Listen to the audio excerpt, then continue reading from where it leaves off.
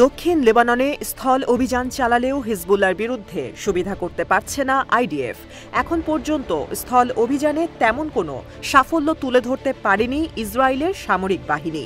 হিজবুল্লাহর আক্রমণ প্রতিহত করতে রীতিমতো হিমশিম খেতে হচ্ছে ইসরায়েলি সেনাদের। এমনকি কয়েকটি স্থান থেকে হতাহত সেনাদের নিয়ে হেলিকপ্টারে পালিয়ে যাবার খবরও দিয়েছে দেশটির গণমাধ্যম। শুধু গত ২৪ ঘণ্টায় ইসরায়েলের বিরুদ্ধে ১৮টি অভিযান চালিয়েছে হিজবুল্লাহ। এ সময় ধ্বংস করা হয়েছে ৬টি মেরকাভা ট্যাঙ্ক, আক্রমণ করা হয়েছে সামরিক ঘাঁটিতে। লেবাননের সশস্ত্র গোষ্ঠীটির বরাতে এমনই প্রতিবেদন প্রকাশ করেছে আল মায়াদিন। স্থানীয় সময় বেলা ১২টা ১০ দক্ষিণ লেবাননের ব্লিদা অঞ্চলের খালেদ শোয়েবে অনুপ্রবেশের চেষ্টা চালায় আইডিএফ। এ সময় ইসলামিক রেজিস্ট্যান্স বাহিনীর যোদ্ধারা আর্টিলারি হামলা করলে হতাহত হয় বেশ কয়েকজন ইসরায়েলি সেনা। বাধ্য হয়ে এক পর্যায়ে পিছু হটে দখলদার বাহিনী। বেলা ১২:৩০টায় মানারায় জড়ো হয় ইসরায়েলি সেনারা।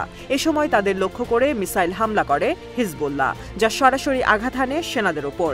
এর ৫ মিনিট পর একই স্থানে আবারও জড়ো হওয়ার চেষ্টা করলে কয়েকটি মিসাইল হামলা চালানো হয়। এতে এক সেনার নিশ্চিত মৃত্যু হয়। হতাহত সেনাদের নিয়ে পালানোর সময় তৃতীয়বারের মতো মিসাইল হামলা চালায় হিজবুল্লাহ। বেলা ১:৫৫ থেকে ২টার মধ্যে ইসরায়েলি সেনাদের লক্ষ্য করে মিসাইল হামলা চালানো হয় শ্লোমি ও মার্গালিয়টে। ২:৩৫ থেকে পরবর্তী ১ ঘণ্টায় হাদেবিয়ারিন, খালেদ শোয়েব ও ব্রারিম অঞ্চলে হিজবুল্লাহর মিসাইল আঘাত হানে আইডিএফ সেনাদের ওপর।